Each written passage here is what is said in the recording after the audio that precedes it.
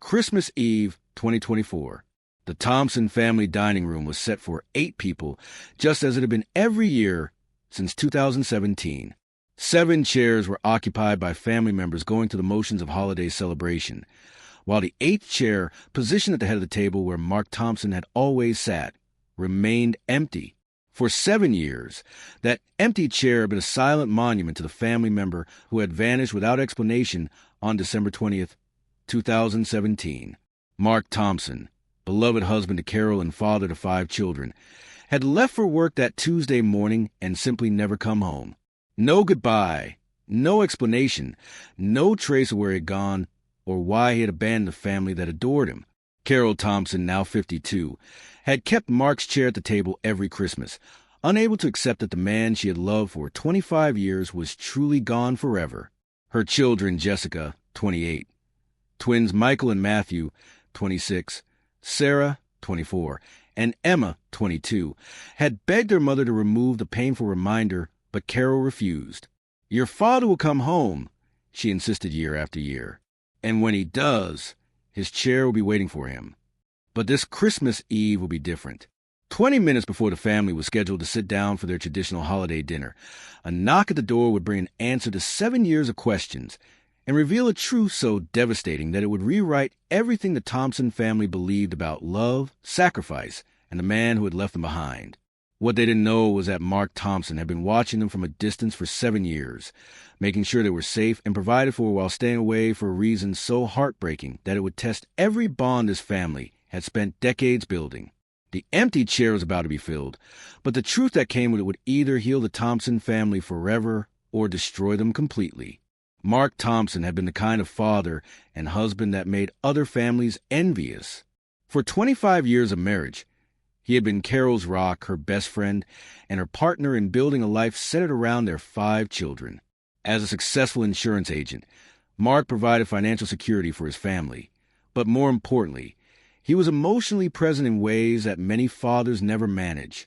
Mark was the dad who coached Little League on weekends, helped with homework every night, and never missed a school play or graduation ceremony. He built a tree house in their backyard that became the neighborhood gathering place, taught all his children to drive in the empty parking lot behind the high school, and somehow managed to make each of his 5 kids feel like they were his favorite.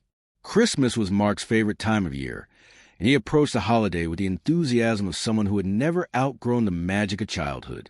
Every December 1st, Mark would disappear into the garage for hours, emerging with elaborate decorations that he and the children would spend the weekend installing. The Thompson house became famous in their neighborhood for its spectacular Christmas display.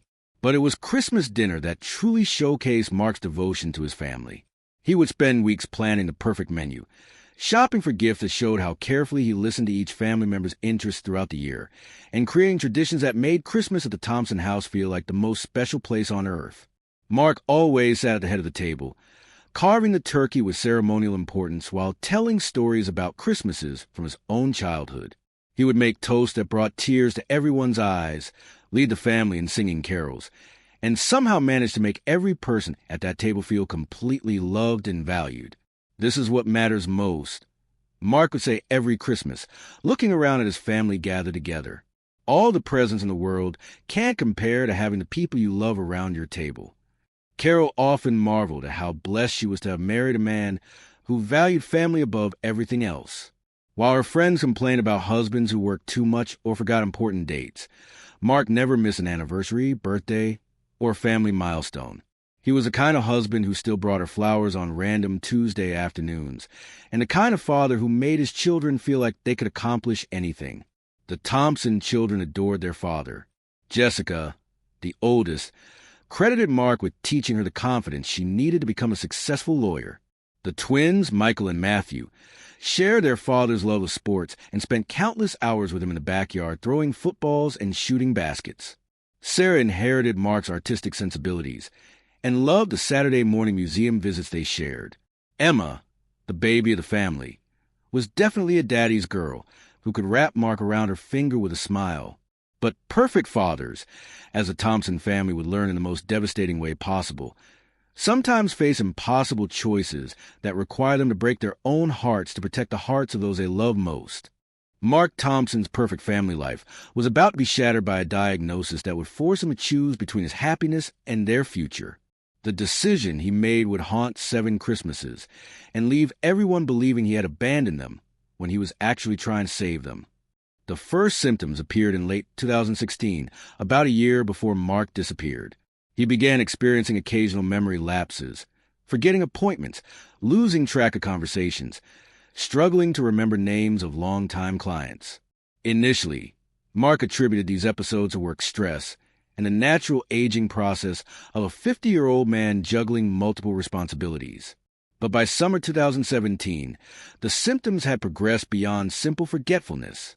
Mark found himself getting lost on familiar routes, struggling to balance the family checkbook that he had managed effortlessly for decades, and having difficulty following complex conversations during family dinners.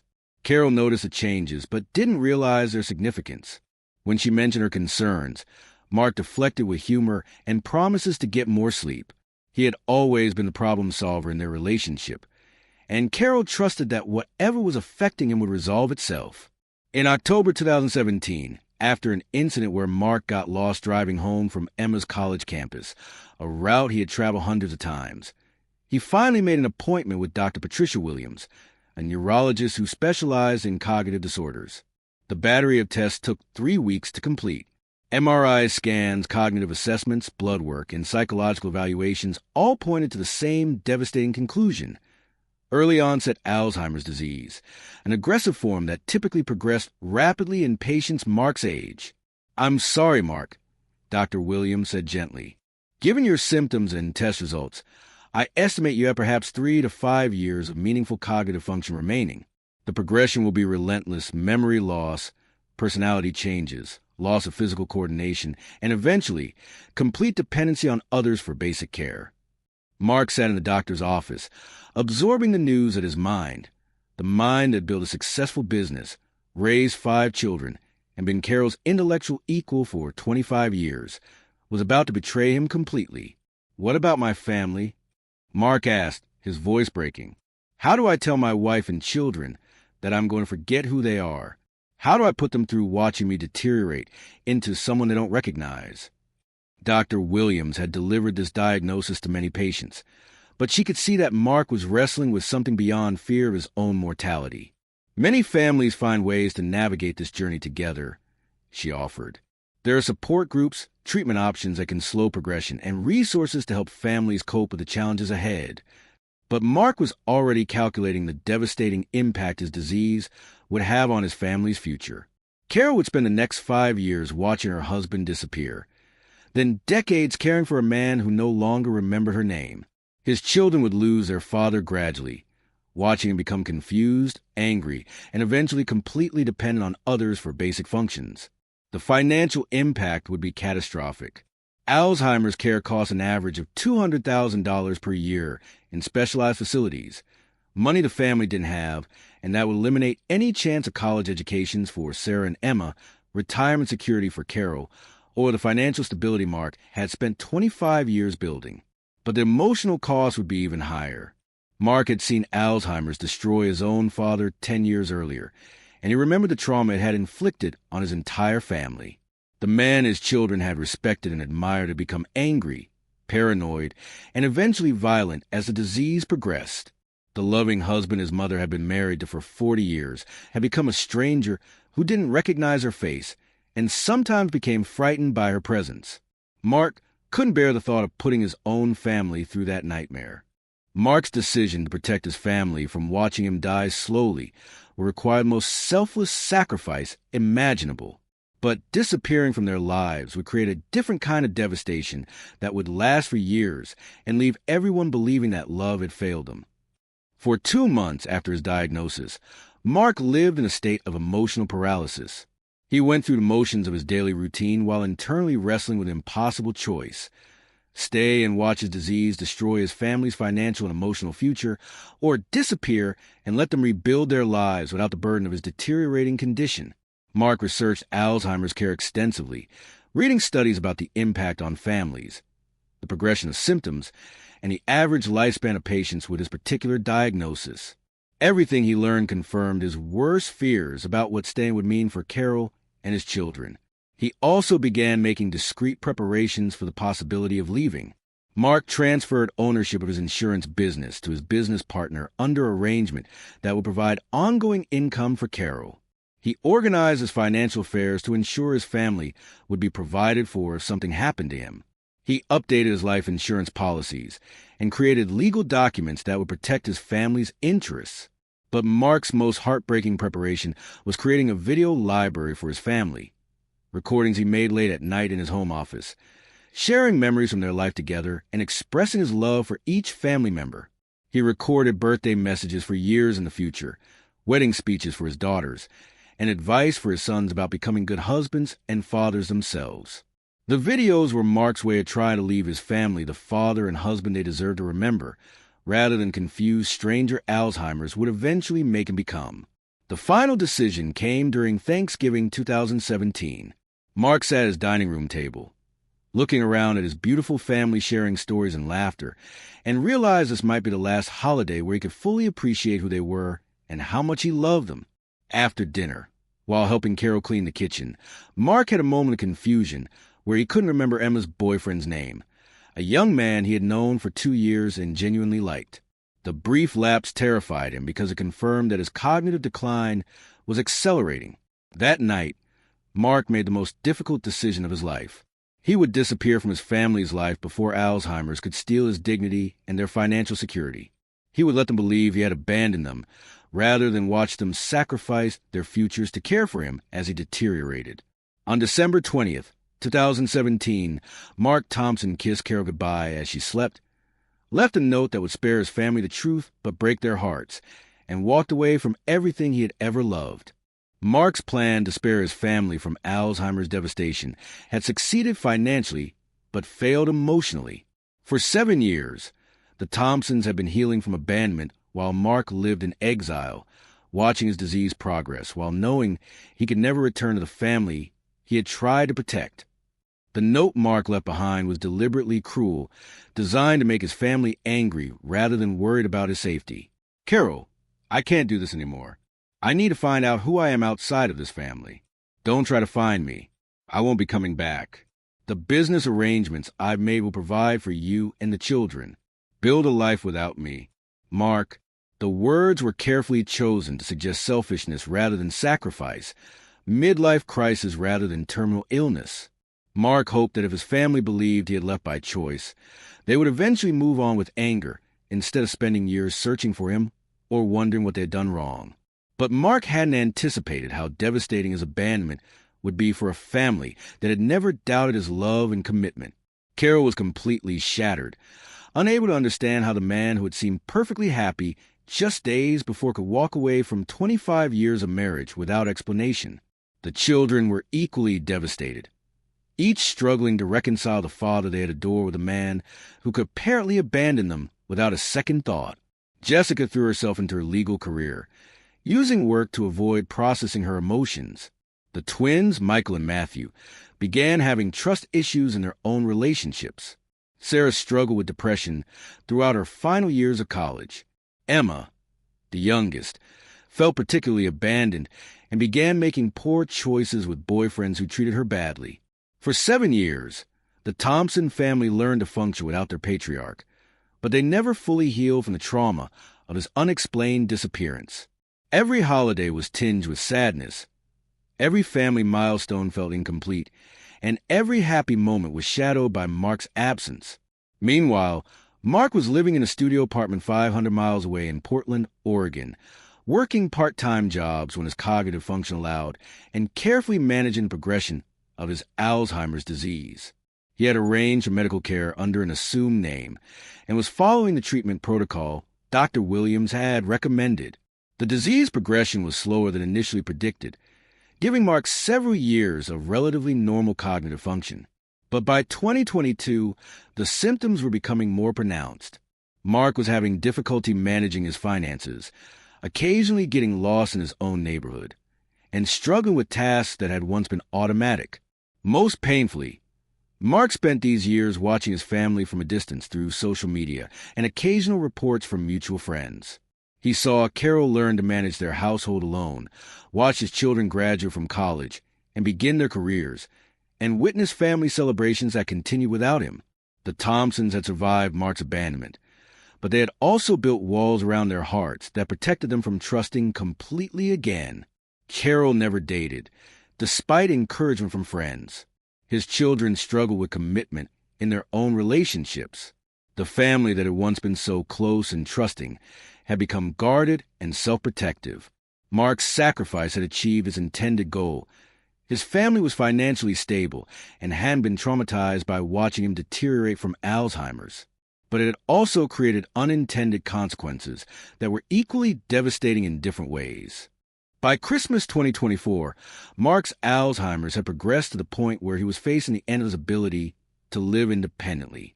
But a chance encounter would force him to choose between maintaining his 7-year deception and giving his family the truth they needed to heal from his abandonment. In November 2024, while grocery shopping in Portland, Mark had a severe episode of confusion and disorientation. He couldn't remember where he was, why he was there, or how to get home. A store employee found him sitting in the parking lot, staring at car keys he couldn't figure out how to use. The employee, Sarah Chun, happened to be a social worker who specialized in elderly care. She recognized the signs of dementia immediately and spent 2 hours helping Mark navigate his confusion and eventually remember his address. But what struck Sarah most was that during his lucid moments, Mark kept talking about his family. In Illinois, "I had 5 children," Mark said during one clear moment. "Jessica, Michael, Matthew, Sarah, and Emma. I haven't seen them in 7 years, but I dream about them every night." Sarah Chun was moved by Mark's obvious love for his family and couldn't understand why a man who spoke so lovingly about his children was living alone in Oregon while struggling with dementia. "Where is your family now?" she asked gently. "They think I abandoned them," Mark replied, tears in his eyes. "I let them believe I didn't love them anymore because it was easier than watching them watch me disappear." Over the following weeks, Sarah Chin became Mark's informal caregiver, helping him navigate increasingly frequent episodes of confusion while learning more about the family he had left behind. She was horrified to realize that Mark had been facing Alzheimer's alone for 7 years, while his family believed he had chosen to abandon them. "Mark, your family deserves to know the truth," Sarah argued during one of their conversations. "And you deserve to be surrounded by people who love you during this difficult time." But Mark was terrified that returning to his family now would only create more pain. His cognitive decline was accelerating, and he was beginning to have episodes where he didn't recognize familiar people or places. How could he ask his family to welcome back a man who might not remember their names from one day to the next? The decision was made for him when Mark had a fall in his apartment that required hospitalization. While going through his personal effects, Sarah Chun found the video messages Mark had recorded for his family. Dozens of recordings expressing his love and explaining his decision to leave. "Mark, you've been carrying this burden alone for 7 years, Sarah said as she showed him the videos on her laptop. "But these messages show how much you love your family. They deserve to know the truth, and you deserve to be forgiven for a choice that was motivated by love, not selfishness." Sarah Chun made a decision that would change everything. Without Mark's permission, she reached out to Carol Thompson and arranged to meet her in Chicago to explain everything Mark had been hiding for 7 years. Sarah Chen's revelation would either give the Thompson family the closure they needed or destroy them with the knowledge that they had spent 7 years hating a man who had sacrificed everything to protect them. But the question now was whether love could survive the devastating truth about why Mark had really left. Carol Thompson was suspicious when Sarah Chin called requesting a meeting to discuss Mark. For 7 years, Carol had refused to engage with anyone claiming to have information about her husband's whereabouts, assuming they were either scam artists or well-meaning people who had mistakenly identified someone else as Mark. But something about Sarah's voice, the compassion and urgency, convinced Carol to meet with her at a coffee shop in downtown Chicago 3 days before Christmas. "Mrs. Thompson, your husband didn't abandon your family," Sarah said without preamble. "He was diagnosed with early-onset Alzheimer's disease in 2017, and he left to spare you and your children from watching him deteriorate." Carol's first reaction was disbelief, then anger. If that were true, why wouldn't he tell us? Why would he let us think he didn't love us anymore? Sarah pulled out her laptop and showed Carol some of the video messages Mark had recorded, messages where he explained his diagnosis, his decision to leave, and his enduring love for every member of his family. In one video, Mark was sitting in his Portland apartment, looking directly into the camera with eyes that showed both love and heartbreak. Carol, my beautiful wife, if you're watching this, it means I'm gone and someone has found these recordings. I need you to know that leaving you was the hardest thing I ever did, but staying would have been cruel to all of you. I have Alzheimer's, and I couldn't bear the thought of you spending the next 5 years watching me forget your name, forget our children's faces, forget the life we built together. Carol watched video after video, messages for each of their children, explanations about his medical care, and expressions of love that proved Mark's feelings had never changed. He's been living alone in Portland, Sarah explained, working part-time jobs when he could, managing his medical care, and watching your family from a distance through social media. He never stopped loving you, Mrs. Thompson. He just loved you too much to burden you with his disease. Carol was crying now, 7 years of anger and abandonment dissolving into understanding and grief. Where is he now? I need to see him. He's in a care facility in Portland, Sarah admitted. His condition has deteriorated significantly. He has good days and bad days, but he still talks about his family constantly. Mrs. Thompson, he may not always recognize you, but I believe he needs to see you again. That evening, Carol called a family meeting and shared Sarah Chen's revelations with Jessica, Michael, Matthew, Sarah, and Emma. The adult children who had spent 7 years believing their father had abandoned them were forced to confront the truth that he had actually sacrificed his own happiness to protect theirs. The reactions were mixed. Jessica was angry that Mark had made such a monumental decision without consulting his family. The twins felt guilty for having hated their father for years. Sarah was heartbroken that her dad had been facing such a devastating illness alone. Emma just wanted to see her father again, regardless of his condition. We're going to Portland, Carol announced. All of us. Together. Your father is coming home for Christmas. Christmas Eve morning, the entire Thompson family drove to Portland to bring Mark home. Sarah Chun had arranged for them to meet with Mark's medical team and understand the current state of his condition before seeing him. Dr. Martinez, the neurologist managing Mark's care, explained that Mark was in the moderate stage of Alzheimer's. He had good days when his memory and personality were relatively intact, and difficult days when he was confused and sometimes agitated. There was no way to predict which version of Mark they would encounter. The most important thing is to follow his lead, Dr. Martinez advised. If he doesn't recognize you immediately, don't force it. Sometimes familiar voices and faces trigger memories, even when cognitive recognition isn't there. When they walked into Mark's room at the care facility, he was sitting by the window, looking out at the snow falling on the Portland skyline. At first, he didn't turn when they entered, and Carol's heart broke seeing how much he had aged in 7 years. Mark, Carol said softly. He turned slowly, and for a moment his expression was blank, confused. Then, like sunlight breaking through clouds, recognition dawned on his face. Carol? Mark whispered, as if he couldn't believe what he was seeing. You came. Of course we came, Carol replied, crossing the room to embrace her husband for the first time in 7 years. We came to bring you home. Mark's eyes filled with tears as he looked past Carol to see his 5 children standing in the doorway. Jessica, now a successful lawyer, but still his little girl. Michael and Matthew, grown men who looked so much like Mark himself. Sarah, the artist whose creativity had always amazed him.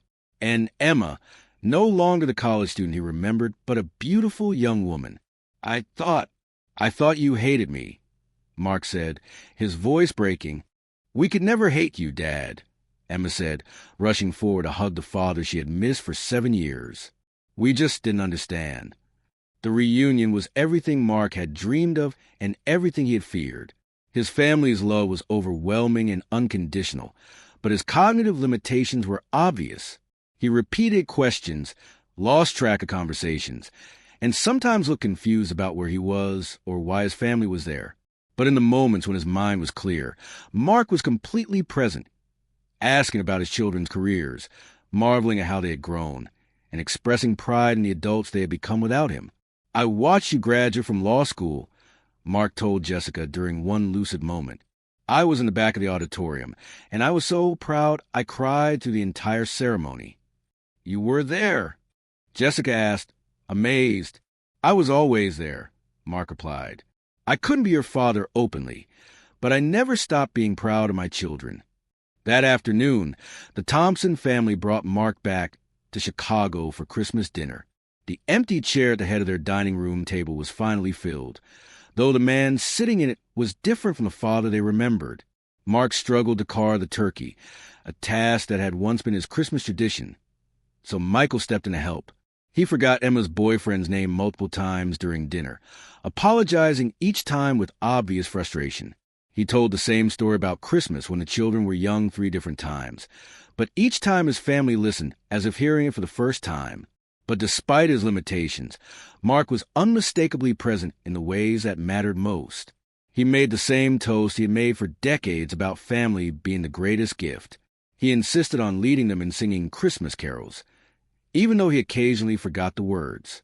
He looked around the table with the same love and gratitude that defined every Christmas dinner in the Thompson house. "This is what matters most," Mark said, repeating his traditional Christmas blessing. "All the presents in the world can't compare to having the people you love around your table." After dinner, Carol and Mark sat together in the living room while their adult children cleaned up the kitchen, a reversal of roles that felt both strange and perfectly natural. "I'm sorry," Mark said during a moment of clarity.